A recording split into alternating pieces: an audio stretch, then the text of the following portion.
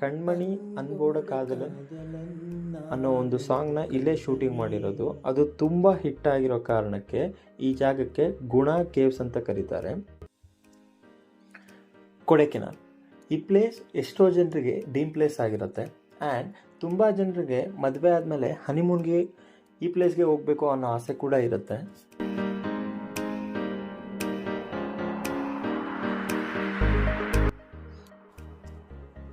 ಈ ಜಾಗಕ್ಕೆ ಕೊಡೈಕೆನಾಲ್ ಅನ್ನೋ ಹೆಸರು ಮಾತ್ರ ಅಲ್ಲದೆ ಪ್ರಿನ್ಸೆಸ್ ಆಫ್ ಹಿಲ್ ಸ್ಟೇಷನ್ ಅಂತಲೂ ಕೂಡ ಕರೀತಾರೆ. ಕೊಡೈಕೆನಾಲ್ಗೆ ಬೈಕ್ನಲ್ಲಿ ಬಂದರೆ ಯಾವ ರೋಡ್ನಲ್ಲಿ ಬರ್ಬೋದು ಅಂತ ಕಂಪ್ಲೀಟಾಗಿ ಲಾಸ್ಟ್ ವಿಡಿಯೋದಲ್ಲಿ ತಿಳಿಸ್ಕೊಟ್ಟಿದ್ದೀನಿ. ವಿಡಿಯೋ ನೋಡಿಲ್ಲ ಅಂದರೆ ಐ ಕಾರ್ಡ್ನಲ್ಲಿ ಹಾಕಿರ್ತೀನಿ. ಮೊದಲು ಆ ವಿಡಿಯೋ ನೋಡಿಕೊಂಡು ಆಮೇಲೆ ಈ ವಿಡಿಯೋನ ಕಂಟಿನ್ಯೂ ಮಾಡಿ.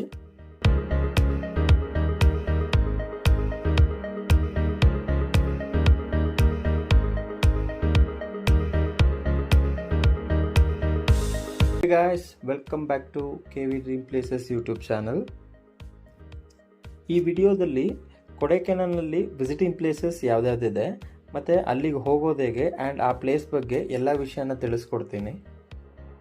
ಕೊಡೈಕೆನಾಲ್ಗೆ ಬಸ್ನಲ್ಲಿ ಬರೋ ಪ್ಲ್ಯಾನ್ ಇರೋರು ಈ ಪಾಯಿಂಟ್ನ ಯಾವಾಗಲೂ ಕೂಡ ತಲೆಯಲ್ಲಿ ಇಟ್ಕೊಳ್ಳಿ. ಅದೇನು ಅಂದರೆ ಕೊಡೈಕೆನಾಲ್ನಲ್ಲಿ ರೆಂಟಲ್ ಬೈಕ್ ಸಿಗಲ್ಲ ಆ್ಯಂಡ್ ಇಲ್ಲಿ ಕುಡಿಯೋದಕ್ಕೆ 1 ಲೀಟರ್ ವಾಟರ್ ಬಾಟಲ್ ಕೂಡ ಸಿಗಲ್ಲ. ಪೊಲ್ಯೂಷನ್ ಆಗಬಾರ್ದು ಅನ್ನೋ ಕಾರಣಕ್ಕೆ ಇಲ್ಲಿ 1 ಲೀಟರ್ ವಾಟರ್ ಬಾಟಲ್ನ ಕಂಪ್ಲೀಟ್ಲಿ ಬ್ಯಾನ್ ಮಾಡಿದ್ದಾರೆ. ಆ್ಯಂಡ್ ನಮಗೇನಾದರೂ ನೀರು ಕುಡಿಬೇಕು ಅನ್ನೋ ಪ್ಲ್ಯಾನ್ ಇದ್ದರೆ ನಾವು ಮಿನಿಮಮ್ 5 ಲೀಟರ್ ವಾಟರ್ ಬಾಟಲ್ನೇ ತೊಗೊಳ್ಬೇಕು. ನಾವು ಬೆಳಗ್ಗೆ ಎದ್ದು ರೆಡಿಯಾಗಿ ಹೊರಟಷ್ಟರಲ್ಲಿ 8 ಗಂಟೆ ಆಗಿತ್ತು. ನಾವು ಇದ್ದಿದ್ದ ಜಾಗದಿಂದ 4 ಕಿಲೋಮೀಟ್ರ್ ದೂರದಲ್ಲಿ ಡಾಲ್ಫಿನ್ ನೋಸ್ ಅಂತ ಒಂದು ಪ್ಲೇಸ್ ಸಿಗುತ್ತೆ. ನಮಗೆ ತುಂಬ ಹತ್ರ ಇರೋದು ಅದೇ ಆಗಿದ್ದರಿಂದ ನಾವು ಫಸ್ಟ್ ಶುರು ಮಾಡ್ಕೊಂಡಿತ್ತು ಡಾಲ್ಫಿನ್ ನೋಸಿಂದ. ನಾವಿದ್ದಿದ್ದ ಜಾಗದಿಂದ ಡಾಲ್ಫಿನ್ ನೋಸ್ಗೆ 4 ಕಿಲೋಮೀಟರ್ ದೂರ ಇತ್ತು. ಆ್ಯಂಡ್ ರೋಡು ಸ್ಟಾರ್ಟಿಂಗಲ್ಲಿ ತುಂಬ ಚೆನ್ನಾಗಿತ್ತು, ಬಟ್ ಹೋಗ್ತಾ ಹೋಗ್ತಾ ರೋಡ್ ತುಂಬ ಚಿಕ್ಕದಾಯಿತು. ಆ್ಯಂಡ್ ಗಾಡಿ ಓಡಿಸ್ಬೇಕಾದ್ರೆ ನಾವಲ್ಲಿ ತುಂಬ ಹುಷಾರಾಗಿ ಹೋಗಬೇಕು.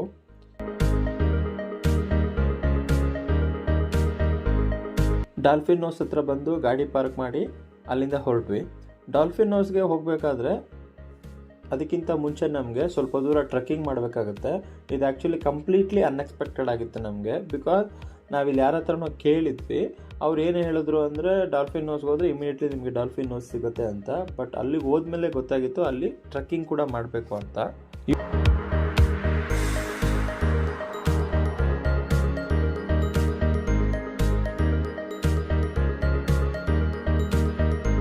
ಯೂಶಲಿ ಯಾರು ಅಡ್ವೆಂಚರ್ ಮೈಂಡ್ ಇಟ್ಕೊಂಡು ಇಲ್ಲಿಗೆ ಬರ್ತಾರೋ ಅವ್ರಿಗೆ ಮಾತ್ರ ಸೀರಿಯಸ್ಲಿ ಈ ಜಾಗ ತುಂಬ ಅಂದರೆ ತುಂಬ ಚೆನ್ನಾಗಿರುತ್ತೆ.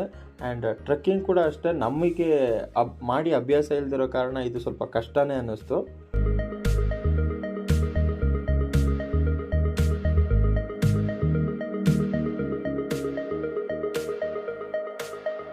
ಡಾಲ್ಫಿನ್ ನೋಸ್ ಹೋಗೋಕ್ಕೂ ಮುಂಚೆ ನಮಗೆ ಬಿಫೋರ್ ಒಂದು ವ್ಯೂ ಪಾಯಿಂಟ್ ಸಿಗುತ್ತೆ. ಈ ವ್ಯೂ ಪಾಯಿಂಟ್ ಮಾತ್ರ ಸೀರಿಯಸ್ಲಿ ತುಂಬ ಅಂದರೆ ತುಂಬ ಚೆನ್ನಾಗಿದೆ. ಬಿಕಾಸ್ ಈ ಮೂವಿಯಲ್ಲಿ ನೋಡೋದು ಅಥವಾ ಮೊಬೈಲಲ್ಲಿ ಸೀನರಿ ಪ್ಲೇಸ್ ಅಂತ ನೋಡಬೇಕಾದ್ರೆ ಹೇಗೆ ಕಾಣುತ್ತೋ ಲೈವಾಗಿ ಅಷ್ಟು ಚೆನ್ನಾಗಿ ಕಾಣಿಸ್ತಾ ಇತ್ತು ಈ ಜಾಗ. ಈ ಜಾಗದಲ್ಲಿ ಸ್ವಲ್ಪ ಹೊತ್ತು ಒಂದು 5 ಮಿನಿಟ್ಸ್ ಇದ್ದು ಫೋಟೋಸ್ ಎಲ್ಲ ಕ್ಲಿಕ್ ಮಾಡಿಕೊಂಡು ಅಲ್ಲಿಂದ ನಾವು ಡಾಲ್ಫಿನ್ ನೋಸ್ ಕಡೆ ಹೊರಟ್ವಿ. ಡಾಲ್ಫಿನ್ ನೋಸ್ ಹತ್ರ ಹೋದ್ಮೇಲೆ ನಮಗಲ್ಲಿ ಒಂದು ಕಲ್ಲು ಕಾಣಿಸುತ್ತೆ. ಈ ಕಲ್ಲನ್ನೇ ಮೇನ್ಲಿ ಡಾಲ್ಫಿನ್ ನೋಸ್ ಅಂತ ಅನ್ನೋದು. ಯಾಕಂದರೆ ಆ ಕಲ್ಲು ದೂರದಿಂದ ನೋಡಿದ್ರೆ ಡಾಲ್ಫಿನ್ ನೋಸ್ ಥರನೇ ಕಾಣುತ್ತೆ. ಅದೇ ಕಾರಣಕ್ಕೆ ಈ ಜಾಗನ ಡಾಲ್ಫಿನ್ ನೋಸ್ ವ್ಯೂ ಪಾಯಿಂಟ್ ಅಂತ ಕರೀತಾರೆ.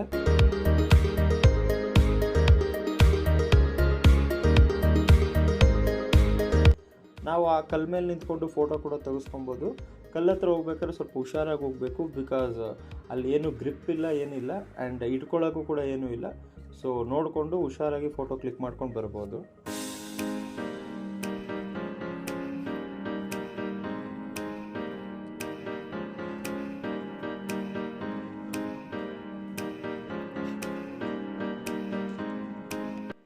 ಡಾಲ್ಫಿನ್ ನೋಸ್ ಮುಗಿಸ್ಕೊಂಡು ಅಲ್ಲಿಂದ ಮತ್ತೆ ಬೈಕ್ ಹತ್ರ ಬಂದು ಅಲ್ಲಿಂದ ನಾವು ನೆಕ್ಸ್ಟ್ ಹೋಗಿದ್ದ ಪ್ಲೇಸ್ ಬಂದು ಅಪ್ಪರ್ ಲೇಕ್ ವ್ಯೂ ಪಾಯಿಂಟು.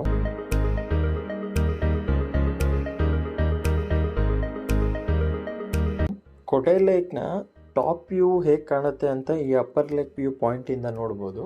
ನೋಡೋಕ್ಕೆ ಆ್ಯಕ್ಚುಲಿ ತುಂಬ ಚೆನ್ನಾಗಿ ಕಾಣುತ್ತೆ. ಅದ್ರ ಸುತ್ತಮುತ್ತ ಇರೋ ಬೆಟ್ಟಗಳು ಮತ್ತು ಮನೆ ಎಲ್ಲ ನೋಡೋಕ್ಕೆ ಆ್ಯಕ್ಚುಲಿ ತುಂಬ ಚೆನ್ನಾಗಿ ಕಾಣುತ್ತೆ. ಅಲ್ಲಿ ನಾವು ಕೊಡೈ ಲೇಕ್ ಹತ್ರ ಇದ್ದಾಗ ಈ ಕೆರೆ ಇಷ್ಟೊಂದು ಚೆನ್ನಾಗಿದೆ ಅಂತ ಅನಿಸಲ್ಲ. ಕೊಡೈ ಲೇಕ್ ಕೂಡ ಇಲ್ಲಿ ಒಂದು ಫೇಮಸ್ ಆಗಿರೋ ಪ್ಲೇಸ್. ಏನಕ್ಕೆ ಅಂದರೆ ಇದು ಬಂದು ಕಂಪ್ಲೀಟ್ಲಿ ಮ್ಯಾನ್ ಮೇಡ್ ಲೇಕ್. ಇಲ್ಲಿ ಸುಮಾರು ಮೂವಿ ಕೂಡ ಶೂಟಿಂಗ್ ಮಾಡಿದಾರಂತೆ. ಈ ಮ್ಯಾನ್ ಮೇಡ್ ಲೇಕ್ನ 1863ನೇ ಇಸ್ವಿಯಲ್ಲಿ ಕ್ರಿಯೇಟ್ ಮಾಡಿದ್ದಾರೆ. ಸರ್ ವೇರ್ ಹೆನ್ರಿ ಲಿವಿಂಗೆ ಅನ್ನೋರು ಆವಾಗಲೇ ಈ ಜಾಗನ ಟೂರಿಸ್ಟ್ ಪ್ಲೇಸ್ ಮಾಡಬೇಕು ಅನ್ನೋ ಕನ್ಸ್ಕೊಂಡು ಅವ್ರ ಸ್ವಂತ ದುಡ್ಡಲ್ಲಿ ಈ ಕೆರೆನ ನಿರ್ಮಾಣ ಮಾಡಿದ್ದಾರೆ.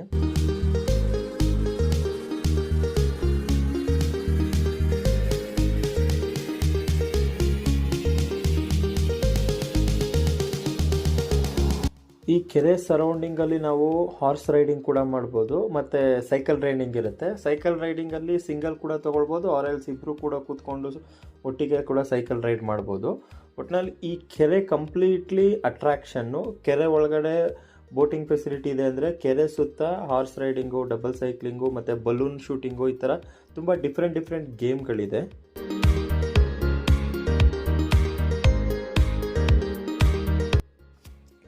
ಈ ಅಪ್ಪರ್ ಲೇಕ್ ವ್ಯೂ ಪಾಯಿಂಟ್ ಆದಮೇಲೆ ಅಲ್ಲಿಂದ 1 or 2 ಕಿಲೋಮೀಟರ್ ದೂರದಲ್ಲಿ ನಮಗೆ ಮೋಯಿರ್ ವ್ಯೂ ಪಾಯಿಂಟ್ ಅಂತ ಸಿಗುತ್ತೆ. ಮೋಯಿರ್ ವ್ಯೂ ಪಾಯಿಂಟ್ಗೆ 10 ರೂಪಿ ಆರ್ 15 ರೂಪೀಸ್ ಏನೋ ಎಂಟ್ರೆನ್ಸ್ ಫೀಸ್ ಇದೆ. ದುಡ್ಡು ಕೊಟ್ಟು ಟಿಕೆಟ್ ತೊಗೊಂಡು ಒಳಗೆ ಹೋದ್ಮೇಲೆ ನಮಗೆ ನಿಜವಾಗ್ಲೂ ಏನಂದರೆ ಏನೂ ಕಾಣಿಸಿಲ್ಲ, ಬಿಕಾಸ್ ಅಷ್ಟು ಫಾಗ್ ಇತ್ತು ಇಲ್ಲಿ. 1929ನೇ ಇಸ್ವಿಯಲ್ಲಿ ಸರ್ ಥಾಮಸ್ ಮೋಯಿರ್ ಅನ್ನೋರು ಗಾಷನ್ ರೋಡ್ನ ಕನ್ಸ್ಟ್ರಕ್ಷನ್ ಮಾಡಿದ್ದಾರೆ. ಅದಕ್ಕೆ ಅವ್ರ ನೆನಪಿಗಾಗಿ ಈ ಜಾಗನ ಮೋಯಿರ್ ವ್ಯೂ ಪಾಯಿಂಟ್ ಅಂತ ಹೆಸರಿಟ್ಟಿದ್ದಾರೆ.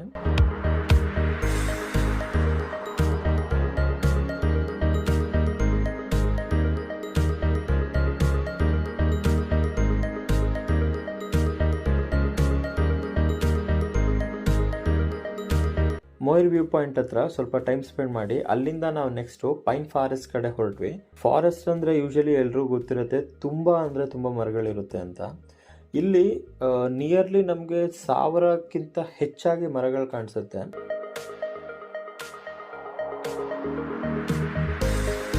ಯಾವ ಏಜ್ ಅವ್ರು ಬೇಕಾದರೂ ಇಲ್ಲಿ ಬಂದು ಟೈಮ್ ಸ್ಪೆಂಡ್ ಮಾಡ್ಬೋದು. ತುಂಬ ಕೂಲಾಗಿದೆ ಜಾಗ. ಆ್ಯಂಡ್ ಇಲ್ಲಿ ಸುಸ್ತನ್ನೋದೇ ಆಗೋದಿಲ್ಲ, ಎಷ್ಟೇ ದೂರ ನಡೆದ್ರೂ ಕೂಡ ಸುಸ್ತನ್ನೋದು ಆಗಲ್ಲ ಈ ಜಾಗದಲ್ಲಿ.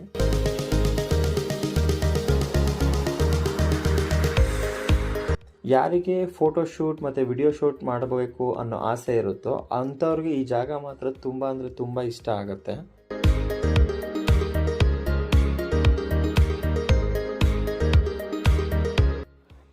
ಪೈನ್ ಫಾರೆಸ್ಟಲ್ಲಿ ಸ್ವಲ್ಪ ಹೊತ್ತು ಟೈಮ್ ಸ್ಪೆಂಡ್ ಮಾಡಿ ಫೋಟೋಶೂಟ್ ಎಲ್ಲ ಮಾಡಿಕೊಂಡು ಅಲ್ಲಿಂದ ನಾವು ನೆಕ್ಸ್ಟ್ ಹೋಗಿತ್ತು ಗುಣ ಕೇವ್ಸ್ಗೆ.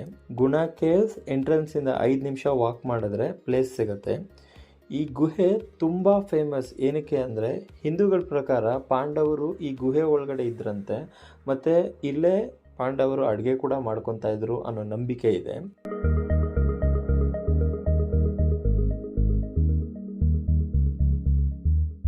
ಈ ಗುಹೆಗೆ ಏನಕ್ಕೆ ಗುಣ ಗುಹೆ ಅಂತ ಕರೀತಾರೆ ಅಂದರೆ ಇಲ್ಲಿ ತಮಿಳಲ್ಲಿ ತುಂಬ ಫೇಮಸ್ ಆಗಿರೋ ಮೂವಿ ಕಮಲ್ ಹಾಸನ್ ನಟಿಸಿರುವಂತಹ ಗುಣ ಅನ್ನೋ ಮೂವಿ ಇಲ್ಲೇ ಶೂಟಿಂಗ್ ಮಾಡಿರೋದು. ಮತ್ತು ಅದೇ ಮೂವಿಯಲ್ಲಿ ಬರುವಂಥ ಒಂದು ಸಾಂಗು ಕಣ್ಮಣಿ ಅನ್ಬೋಡ ಕಾದಲ ಅನ್ನೋ ಒಂದು ಸಾಂಗ್ನ ಇಲ್ಲೇ ಶೂಟಿಂಗ್ ಮಾಡಿರೋದು. ಅದು ತುಂಬ ಹಿಟ್ ಆಗಿರೋ ಕಾರಣಕ್ಕೆ ಈ ಜಾಗಕ್ಕೆ ಗುಣ ಕೇವ್ಸ್ ಅಂತ ಕರೀತಾರೆ.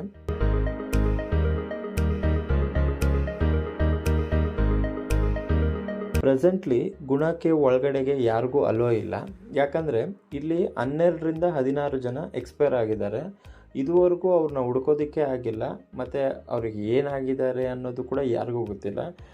ಅದೇ ಕಾರಣಕ್ಕೆ ಸೇಫ್ಟಿ ಪರ್ಪಸ್ಗೆ ಈ ಜಾಗನ ಫುಲ್ಲು ಕ್ಲೋಸ್ ಮಾಡಿಬಿಟ್ಟಿದ್ದಾರೆ. ಆಮೇಲೆ ಇನ್ನೊಂದೇನೆಂದರೆ ಗುಣ ಕೇವ್ಗೆ ಡೆವಿಲ್ ಕಿಚನ್ ಅಂತಲೂ ಕೂಡ ಕರೀತಾರೆ.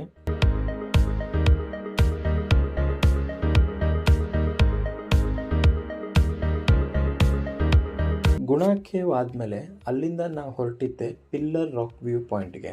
ಇಲ್ಲಿ 3 ಬಂಡೆಗಳನ್ನ ನಾವು ನೋಡ್ಬೋದು. ಒಂದೊಂದು ಬಂಡೆಗಳು ಕೂಡ ಒಂದೊಂದಿಗೆ ಸಪೋರ್ಟ್ ಆಗಿ ನಿಂತಿದೆ. ನೋಡೋದಕ್ಕೆ ಪಿಲ್ಲರ್ ಥರನೇ ಕಾಣುತ್ತೆ. ಅದೇ ಕಾರಣಕ್ಕೆ ಇದನ್ನ ಪಿಲ್ಲರ್ ರಾಕ್ ವ್ಯೂ ಅಂತ ಹೇಳ್ತಾರೆ. ಈ ಪಿಲ್ಲರ್ ರಾಕ್ ವ್ಯೂ ಸರಿಸುಮಾರು 400ರಿಂದ 410 ಮೀಟ್ರ್ ಹೈಟ್ ಇದ್ದಾವೆ. ಅಷ್ಟು ಈಸಿಯಾಗಿ ಪಿಲ್ಲರ್ ರಾಕ್ ವ್ಯೂ ನಮ್ಮ ಕಣ್ಣಿಗೆ ಕಾಣಲ್ಲ, ಬಿಕಾಸ್ ಇಲ್ಲಿ ಯಾವಾಗಲೂ ಕೂಡ ಫಾಗ್ ಇರುತ್ತೆ.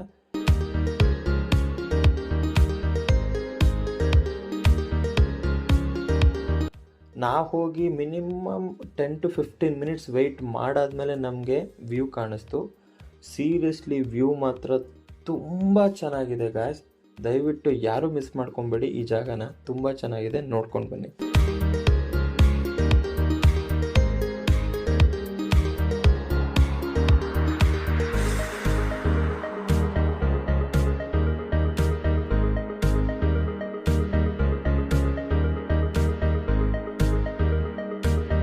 ಕೊಡೈಕೆನಾಲ್ನಲ್ಲಿ ಬೆಳಗಿಂದ ಇಷ್ಟೆಲ್ಲ ಪ್ಲೇಸ್ ನೋಡ್ಕೊಂಡಾದ್ಮೇಲೆ ಸ್ವಲ್ಪ ರಿಲ್ಯಾಕ್ಸ್ ಮಾಡೋಕ್ಕೆ ಕೂಡ ಒಂದು ಜಾಗ ಬೇಕಲ್ವ.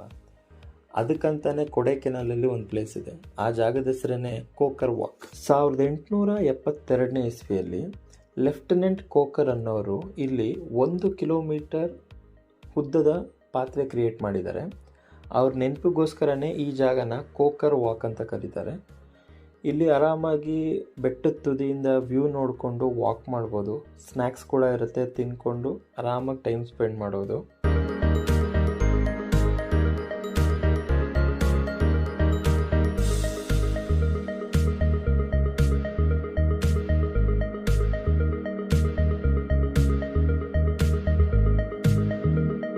ಕೋಕರ್ ವಾಕ್ ಹತ್ರ ಒಂದು half an hour time spend ಮಾಡಿ ಅಲ್ಲಿಂದ ನಾವು ಡೈರೆಕ್ಟಾಗಿ ನಮ್ಮ ರೆಸಾರ್ಟ್ ಹತ್ರ ಹೊರಟ್ಬಿಟ್ವಿ.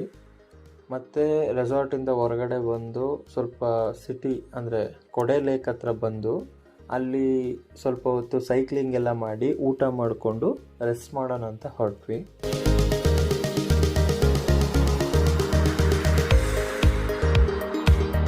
ಕೊಡೈಕೆನಾಲ್ ಬಗ್ಗೆ ಆದಷ್ಟು ಮ್ಯಾಕ್ಸಿಮಮ್ ಇನ್ಫಾರ್ಮೇಷನ್ ನಿಮ್ಮ ಜೊತೆ ಶೇರ್ ಮಾಡ್ಕೊಂಡಿದ್ದೀನಿ. ವಿಡಿಯೋ ಹೇಗಿತ್ತು ಅಂತ ಕಮೆಂಟ್ ಬಾಕ್ಸ್ನಲ್ಲಿ ತಿಳಿಸಿ. ಆ್ಯಂಡ್ ಈ ವಿಡಿಯೋನ ನಿಮ್ಮ ಫ್ರೆಂಡ್ಸ್ ಫ್ಯಾಮಿಲಿಗೂ ಕೂಡ ಶೇರ್ ಮಾಡಿ. ವಿಡಿಯೋ ಪೂರ್ತಿ ನೋಡಿದ್ದಕ್ಕೆ ಎಲ್ರಿಗೂ ಧನ್ಯವಾದಗಳು.